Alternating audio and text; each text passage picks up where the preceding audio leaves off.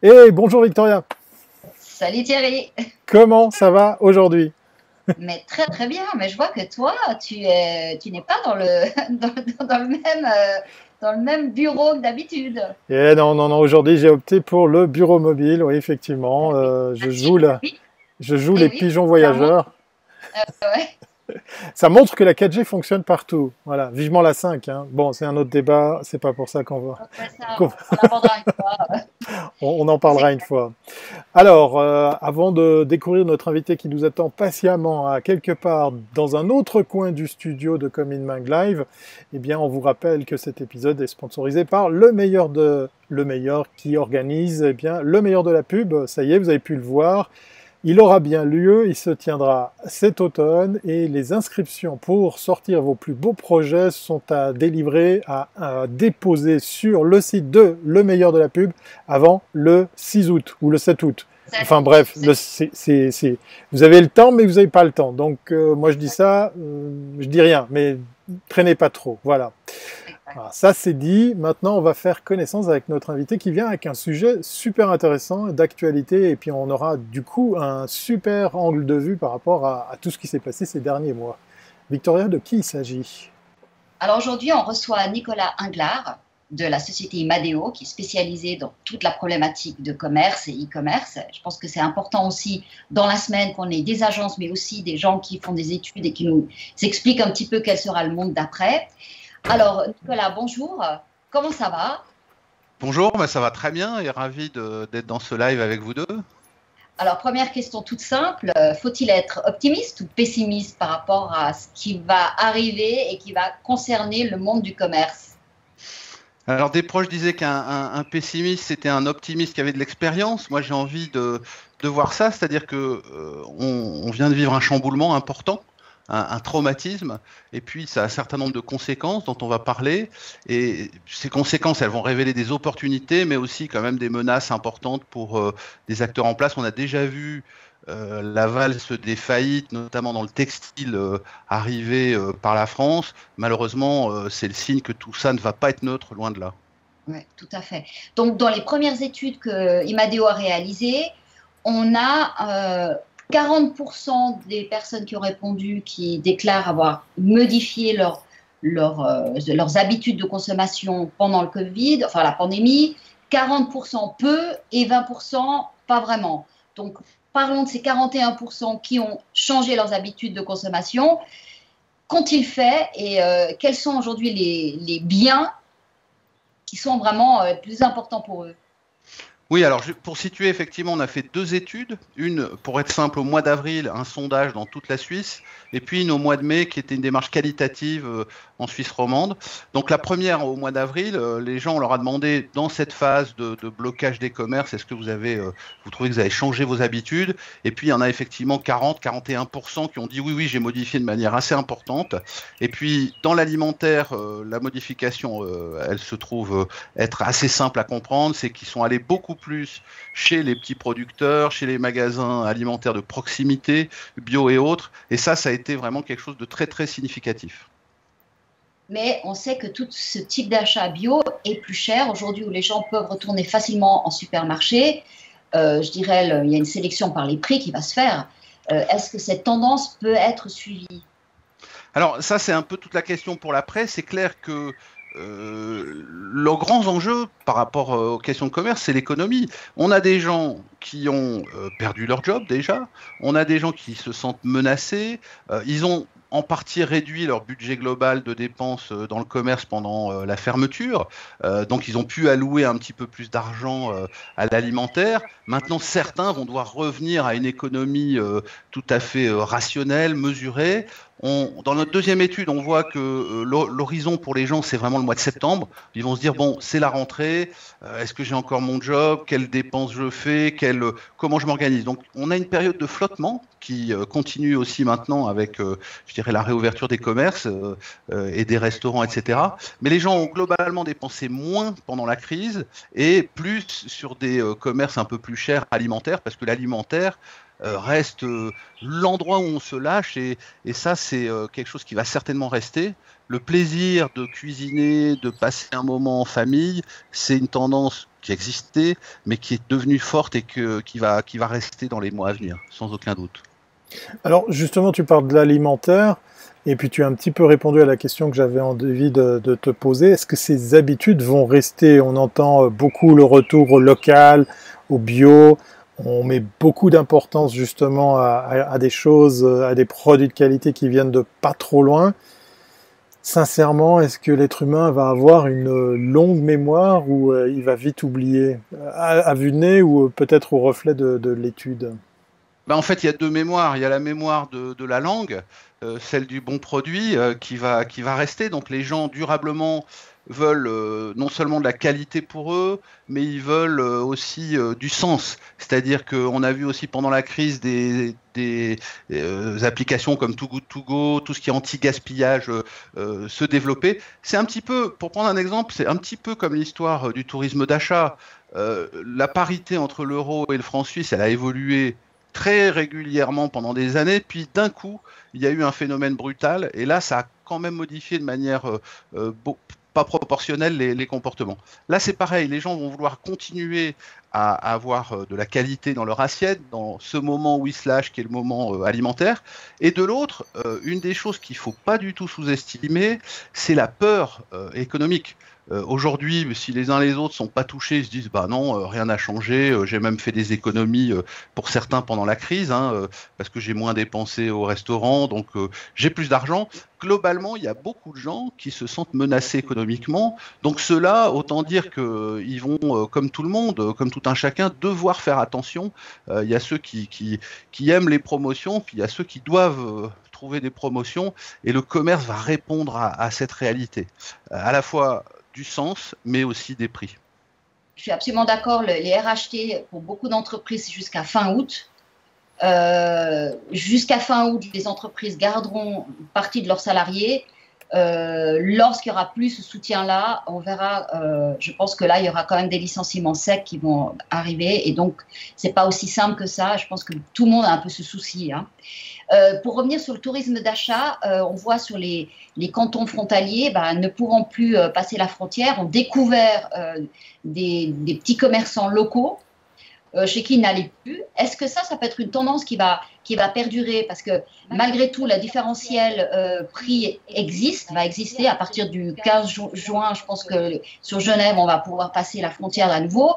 Donc, est-ce que les gens vont se dire, bon, on va quand même aider les commerçants suisses, ou tant pis, finalement, le prix est plus important? Alors, on avait fait en 2015 et en 2016 pas mal d'études sur le tourisme d'achat, et on voyait qu'il y a deux motivations pour le tourisme d'achat. Bien sûr, la première, elle est économique, mais la deuxième, qu'il ne faut pas non plus sous-estimer, c'est de trouver des produits qu'on ne trouve pas forcément en Suisse. Donc, il peut y avoir cette motivation pour dire, après tout, j'ai un produit, alors c'est pas les rejetis, mais j'ai un produit que je trouve pas en Suisse, dont j'ai pris l'habitude ou le goût, et puis celui-là, j'aimerais bien aller le retrouver. Maintenant, ce qui va être très fort, je pense, c'est cette notion de sens. Et quand les consommateurs vont se dire, mais après tout, quand j'achète 10% plus cher sur le marché à quelqu'un que je connais, qui, lui, je vais préserver son boulot, ils vont aussi s'identifier dans cette dimension économique. Et oui, ça va perdurer, les achats directs aux producteurs. Et donc, quelque part, ceux pour qui cette crise n'est pas forcément si facile que ça, c'est les supermarchés. Alors certes, ils n'ont pas fermé, donc ils ont mué à vendre du papier toilette à tous ceux qui en voulaient. Mais globalement, ce qu'on a vu aussi, c'est que pendant la crise, les gens sont moins allés au supermarché, plus chez les producteurs locaux, à part peut-être les millennials qui sont, eux, venus au supermarché quand ils n'y allaient pas. Et à la reprise, à partir de maintenant, effectivement, les supermarchés, ils vont être regardés à la fois sur les produits. Si eux mettent des tomates d'Espagne, ils vont être vraiment très très décriés. Et puis aussi sur les prix, parce qu'on est prêt à payer plus cher parce que c'est le petit producteur et ça on va le garder. Mais la grande surface, je pense qu'on va être très très exigeant, on va avoir des consommateurs très très exigeants dans les mois à venir. Il y a un élément dans l'étude qui ressort, et je trouvais très très fort, parce que c'est quelque chose qui, pour moi, et c'est là où il y a vraiment quelque chose de très nouveau, c'est que finalement le bon client n'est pas forcément un CSP+, mais celui qui va sauver l'économie, c'est monsieur, madame, tout le monde. Et c'est vraiment la responsabilité, elle est au niveau de chaque individu. Et ça, c'est quelque chose qui me semble très nouveau. C'est plus une question d'argent, c'est une question de volume. C'est ça. En fait, le marketing traditionnel, il met les gens dans des cases, notamment CSP, tranche de revenus, etc.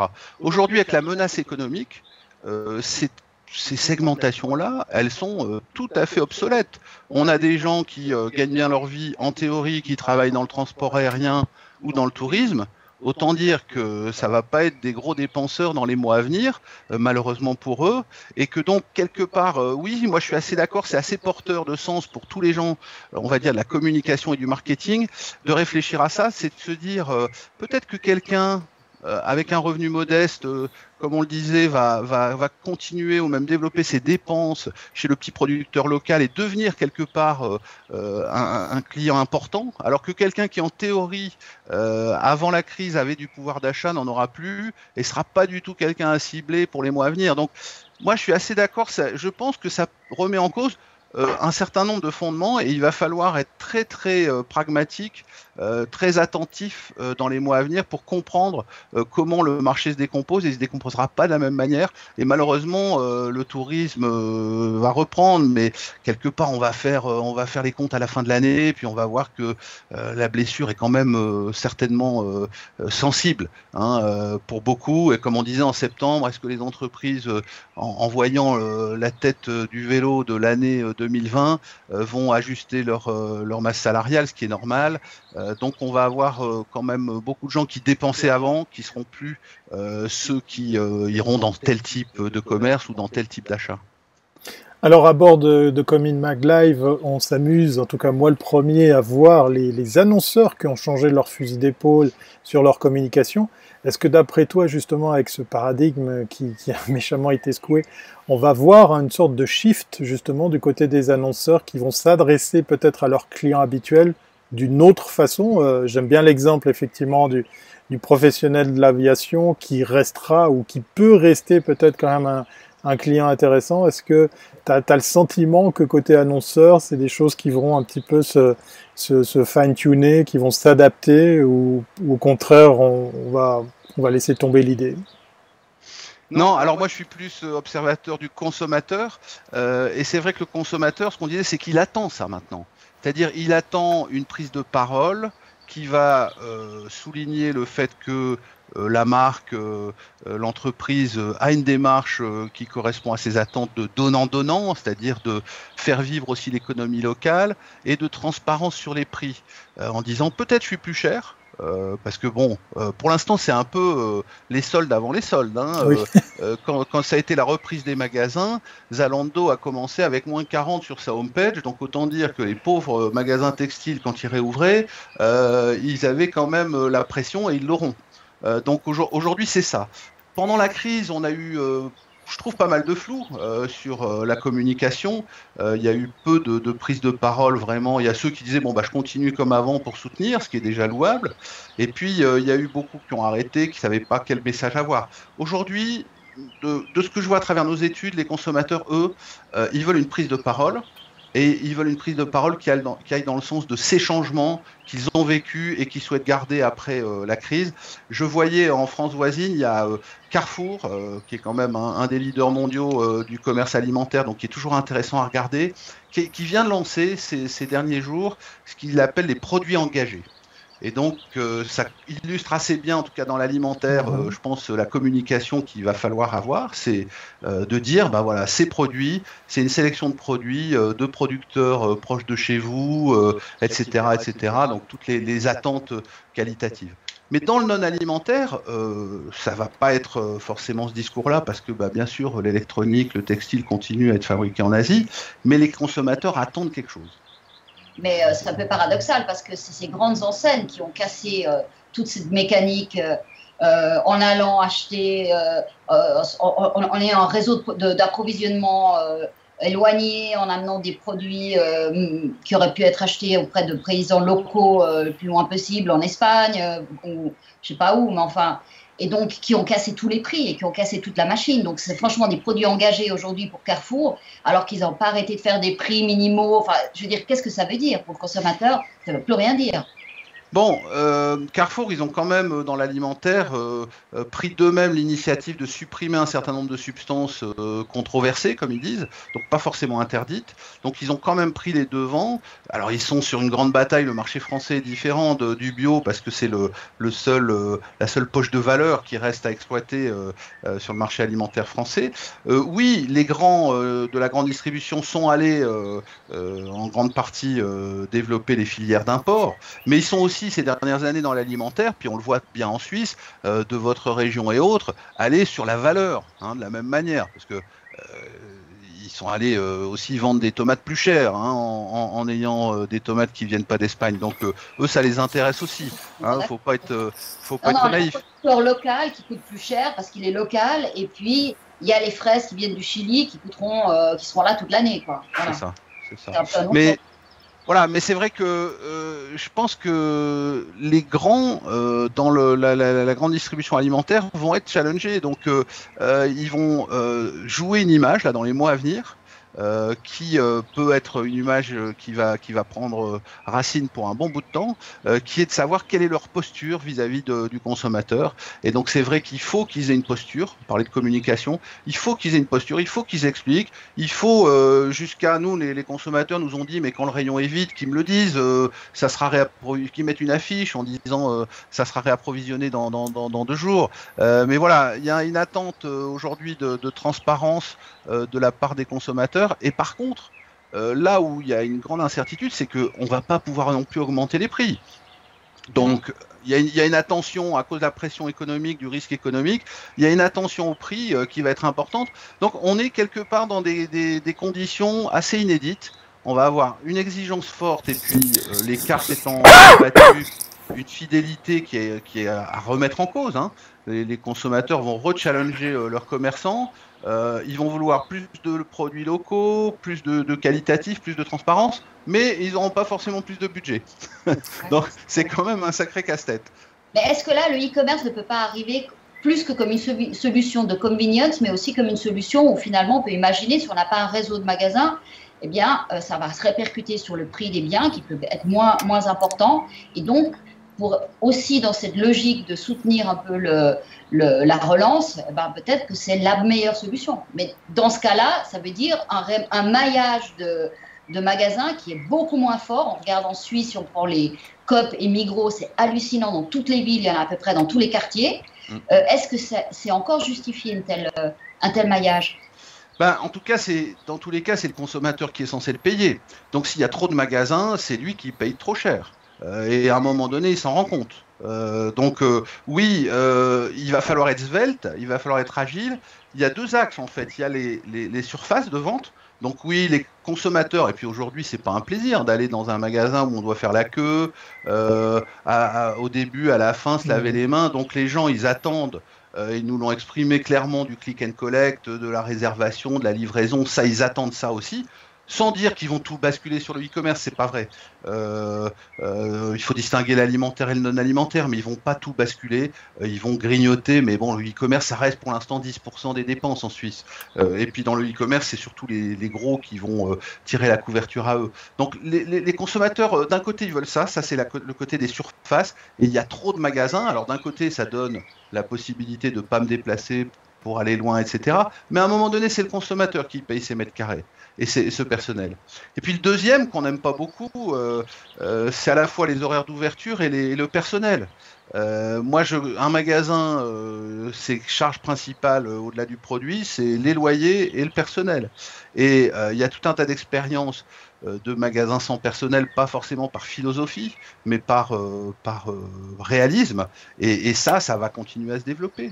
Parce que effectivement, le client, après tout, aujourd'hui, il fait déjà le scan lui-même dans les magasins Coop et Migros, où il passe lui-même à la caisse automatique. Donc après tout, il se dit, mais je vois pas pourquoi je payerais. Alors, il raisonne pas comme ça, mais à la fin de la journée, c'est lui qui paye aussi le personnel. Donc pourquoi je paye le personnel ou pourquoi Donc il y a des offres qui existent, qui commencent à se développer, et ça c'est un deuxième volet. Donc l'immobilier, mais aussi le personnel vont être mis à mal. C'est pas aussi un peu de la réassurance de voir du personnel, parce que c'est vrai qu'on n'aime pas être embêté par des vendeurs qui viennent tout le temps vous solliciter, mais entrer dans un magasin où il n'y a personne, c'est aussi bizarre.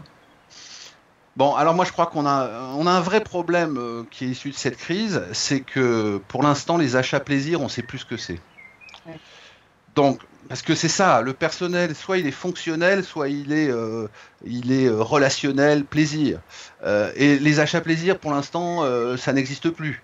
Hein, on rentre dans un magasin avec un masque, on se lave les mains, on a quand même ce stress de la proximité.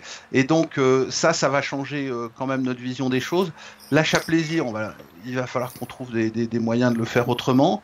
Et malgré tout, le personnel étant plus lié à l'achat plaisir, bah, il aura moins sa valeur ajoutée. Il aura moins sa valeur ajoutée dans les mois à venir. Est-ce qu'on peut imaginer des villes où on voit dans la ville où je suis, on voit déjà des magasins qui vont commencer à fermer, mais Ouais. disons des villes sans commerce. Ouais. Je veux dire, le textile, on voit bien, c'est pas évident d'aujourd'hui d'aller acheter des habits. Je sais pas combien de temps ça va prendre jusqu'à ce que les gens reprennent l'habitude d'essayer des habits que d'autres personnes auraient pu essayer aussi. Il y a quand même un minimum de risque. Ouais. Acheter en ligne, ce point de vue-là, tout ce qui est vestimentaire a l'air plus simple. Est-ce qu'on peut imaginer des villes où il n'y a pratiquement plus de commerce? Ben oui, parce que dans cette période de tension, les pôles, on va rester sur des pôles. Il y a toujours besoin, contrairement à ce qu'on voit parfois dans certains projets, mais il y a toujours besoin d'une certaine massification. C'est la place du village, hein, c'est là où le marché, et donc c'est là où se retrouvent tous les commerces. Et donc ça fonctionne, ça génère une attractivité. Par contre, la petite boutique dans la ruelle derrière, alors soit elle fait des produits que personne ne fait, et c'est pareil d'ailleurs en ligne, hein, et donc elle a sa raison d'être, elle a sa clientèle indépendamment du flux, soit elle est morte. Et donc, ça va être la même chose à l'échelle plus globale, c'est-à-dire qu'effectivement, les places fortes des gens en place, elles vont pouvoir résister. Les commerces dans les petits villages, Victoria, vous avez 100% raison. Malheureusement, ils vont être mis à mal, ils sont déjà mis à mal aujourd'hui, et dans les mois à venir, ça va fermer aussi là-bas. Il y a les grands secteurs, le textile, l'ameublement, qui sont des secteurs sous pression déjà depuis longtemps. Et puis, il y a le commerce local qui va manquer de clients et qui va souffrir, ouais. Ouais, et qui va fermer en partie. Alors, on l'a vu spécialement dans cette crise, le e-commerce n'est pas l'apanage des gros acteurs. D'après toi, effectivement, la vente en ligne comme complément, comme plan B, comme suite logique, c'est quelque chose qui va perdurer, qui fera changer les esprits. On a très souvent ici dans Come in Mag Live pris l'exemple du boucher qui s'est retrouvé à avoir eu raison peut-être de s'intéresser à un site de e-commerce même s'il fait du local, puisqu'effectivement ça amène aussi beaucoup d'avantages et de simplicité. Ça, dans les 6 mois, dans l'année qui vient, c'est des choses qui vont évoluer, parce que je suis surpris de t'entendre sur le business fait dans le commerce en Suisse. On dirait que ce chiffre pour le en ligne n'a toujours pas bougé, n'a toujours pas progressé. Est-ce que ça va aussi changer? Ben, en fait, nous, ce qu'on a vu dans nos études, c'est qu'après, pendant la crise, les gens avaient envie de revenir en magasin, hein, ça reste le lieu principal de commerce en chiffres. Donc, ils avaient envie de revenir en magasin. Ils ont aussi commandé plus en ligne, hein, de l'électronique, des produits culturels. Ça, ils les ont achetés en ligne. Donc ça, ils ont pris cette habitude. Et oui, le problème de cette crise, elle montre, c'est que une chose, c'est qu'on peut pas se satisfaire d'un seul positionnement, d'un seul canal. Et c'est vrai que moi, il y a toujours un sujet qui m'intéresse beaucoup, c'est celui du drive, parce que le drive, c'est un vrai phénomène en France depuis des années. Et puis en Suisse, on regarde ça en disant ah ouais, mais c'est un truc pour Français. Et donc, ça n'a pas de raison d'être en Suisse où on a des réseaux de proximité. Ben si, la preuve en est, pendant cette période de crise, les drives ont multiplié leur chiffre d'affaires de manière très très importante. Et donc, de la même manière, dans les mois à venir, les consommateurs veulent en tout cas de la réservation. Ça, on voit très bien dans les études, la première chose que les gens veulent, c'est de pouvoir savoir que le produit est effectivement présent dans le magasin où je vais aller. Donc ça paraît tout simple, mais on sait que c'est le système d'information complet qui est derrière.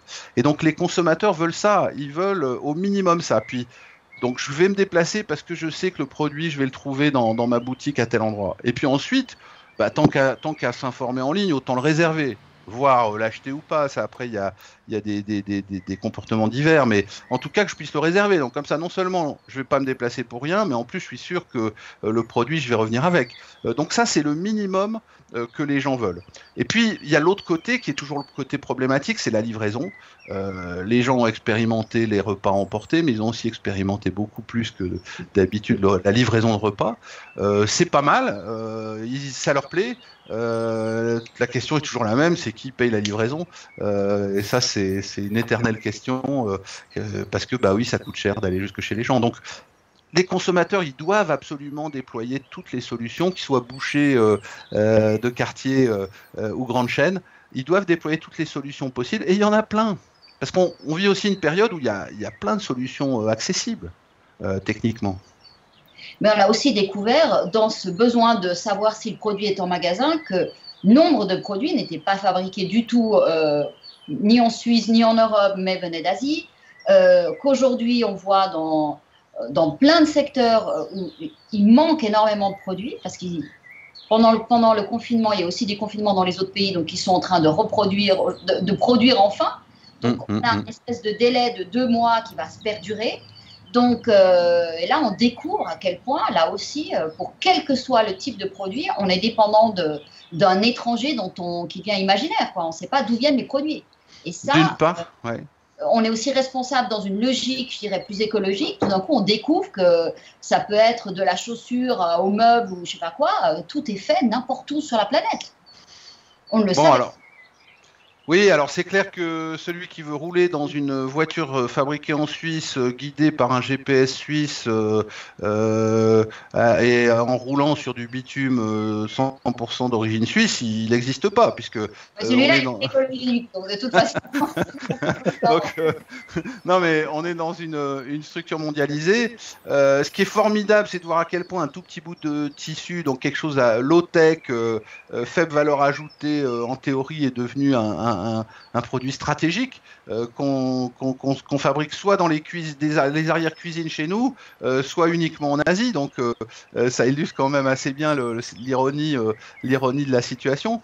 Maintenant, c'est clair que pour faire le lien avec ce qu'on disait avant sur le e-commerce, les gens qui font du e-commerce alimentaire avec du picking magasin, depuis longtemps, ils savent qu'il y a des produits en rupture et qui doivent expérimenter la proposition de produits de substitution auprès des consommateurs. Donc eux, ils ont, à travers le picking magasin, expérimenté ça et trouvé des solutions. De la même manière, il faut qu'on puisse d'un côté dire ce produit, il n'y en aura pas avant 2 mois, parce que le client, il veut de la transparence, et puis de l'autre, peut-être trouver de la substitution ou d'autres appros. Et donc là, il y a un boulot d'achat énorme pour satisfaire la demande dans les mois à venir, hein.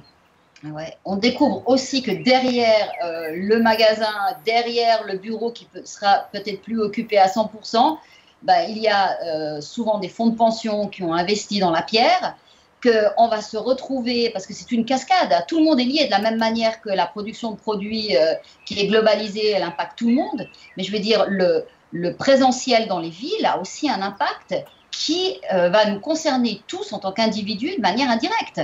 Mais qui, in fine, si tous ces espaces vides vont continuer à généraliser, c'est les fonds de pension de tout le monde. C'est ça. Alors c'est vrai qu'on est dans un système qui fonctionnait avec une sous tension, hein. En fin de compte, l'immobilier est cher, mais il est payé par des enseignes qui font leur commerce et qui viennent vous capter vos revenus, et puis finalement tout ça finit par payer les pensions. Le problème, c'est que là, il y a du sable dans l'engrenage. On avait déjà un peu trop de surface, on le savait avant cette crise. Puis comme on le disait, cette crise, elle a supprimé pour l'instant l'achat plaisir, elle va accélérer, comme d'autres crises en leur temps, des changements qui étaient naissants ou qui étaient faibles. Et donc effectivement, l'immobilier, tous ces mètres carrés de magasins aujourd'hui, et c'est un phénomène mondial, puisque on voit le plus ancien centre commercial du monde qui est dans l'État de New York, c'est devenu une résidence. Hein, donc il a été transformé, ils ont gardé le café, et puis tout ce qui est à l'étage, son nom à l'instant m'échappe, mais vous le retrouverez sans problème, ça a été transformé pour devenir en fin de compte un logement. Alors que c'est magnifique, hein, c'est une galerie forcément avec beaucoup de charme. Donc ça illustre le problème de l'immobilier qui existait avant et qui va maintenant devenir plus important avec cet engrenage vers les caisses de pension et puis l'importance de l'immobilier dans l'économie. Donc ça, c'est un gros questionnement. Est-ce qu'on peut imaginer aussi que les boutiques dans le monde du luxe, qui sont toutes déficitaires, qui ne servent qu'à une seule chose, simplement être une affiche en 3D, vont disparaître parce que on voit le monde du luxe qui va de plus en plus sur du e-commerce, c'est plus un tabou.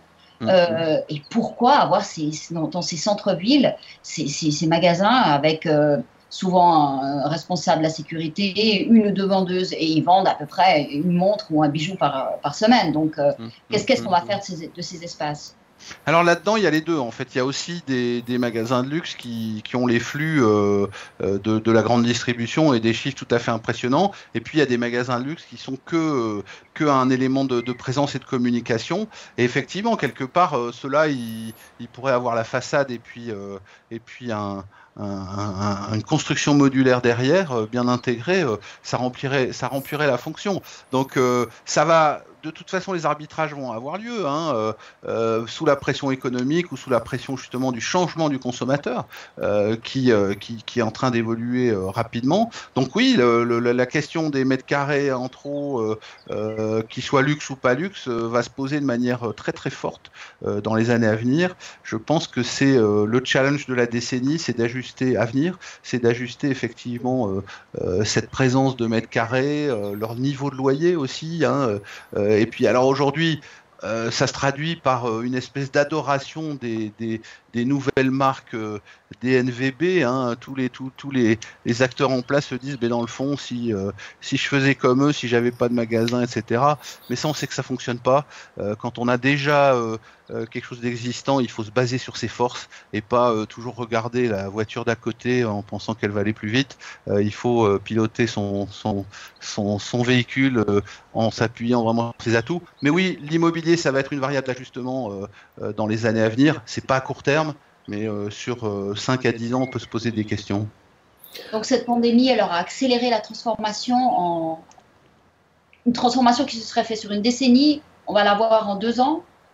Oui, en 2 ans, 3 ans, on n'en sait rien. Hein, bien malin, celui qui peut dire je sais ce qui va se passer, on n'en sait rien. Mais ce qu'on sait, c'est que, en tout cas, nous, à travers nos études, on a vu que la graine du changement était présente. Et puis, on peut, par analogie avec d'autres crises, se dire que oui, ça va accélérer. À quelle vitesse? Est-ce que c'est 2 ans, 3 ans, 5 ans? On n'en sait rien. Il va falloir vraiment observer. Mais c'est clair qu'on ne sera plus pareil après. On est déjà en fin de compte dans une partie du monde d'après. Et pendant quelques mois, on n'aura plus d'achat plaisir, on aura des contraintes. Et ça va encore durablement, au-delà de la peur de la crise économique, qu'on découvrira à partir de la rentrée septembre, octobre, novembre. On va savoir un peu à quelle sauce on va être mangé. Et je pense que la facture risque d'être quand même assez lourde. C'était très très intéressant. On doit juste peut-être aussi rappeler quelque chose qui est un point commun qu'on est en train de constater chez beaucoup d'acteurs de cette économie, et puis le point commun que beaucoup ont vécu durant cette crise, c'est effectivement la notion du flux tendu qui est une réalité pour beaucoup d'acteurs, un peu à l'image justement de ces grandes surfaces commerciales qui se retrouvent en quelques semaines seulement très très coincés financièrement. Et merci beaucoup Nicolas, c'était très très très intéressant, très constructif. Où est-ce qu'on peut retrouver tout ça, même si j'ai déjà un petit peu l'idée de la réponse, parce qu'effectivement tout ça fait l'objet d'une étude, voilà. Oui, alors il y a une étude qui est en accès gratuit que vous trouvez sur notre site imadeo.com, puis vous allez dans la rubrique études et puis vous voyez effectivement cette étude avec les clés de la consommation post-Covid. C'est gratuit, c'est effectivement notre contribution au marché, donc n'hésitez pas et aussi à échanger après quand vous avez vu l'étude. Nous, on est forcément intéressés, ouverts à avoir des feedbacks, des échanges comme on l'a eu aujourd'hui, parce que c'est ça aussi qui nous fait progresser. Merci beaucoup en tout cas. Merci. Le mot d'ordre, c'était effectivement l'échange. On va te souhaiter une bonne suite d'après-midi fructueuse et en télétravail. Et on se dit à très très bientôt. Merci à tous. Merci Nicolas. Il est temps pour nous aussi de clore cet épisode. On arrive. C'était bien dense, hein, c'était très très intéressant. J'espère que. Et c'est très, je veux dire, ce qui va se passer là va avoir des conséquences énormes. Ouais, oui, j'aime bien les propos de Nicolas sur le fait qu'il va falloir être prudent sur la durée. Alors à propos de durée, je vous le rappelle, hein, si jamais vous n'aviez pas noté, il vous reste encore quelques semaines, allez, quasiment 2 mois pour proposer vos meilleurs projets sur le meilleur de la pub, puisque c'est la toute première semaine du mois d'août que connaîtra la clôture de vos inscriptions de cette 5e édition du meilleur de la pub qui se tiendra en automne prochain. Envie d'en savoir plus, lemeilleurdelapub.ch. Voilà. Quant à nous, eh bien Victoria, on va continuer notre journée, on va se dire à demain. À demain. Et portez-vous bien d'ici là. Ouais. Bye Au bye. revoir.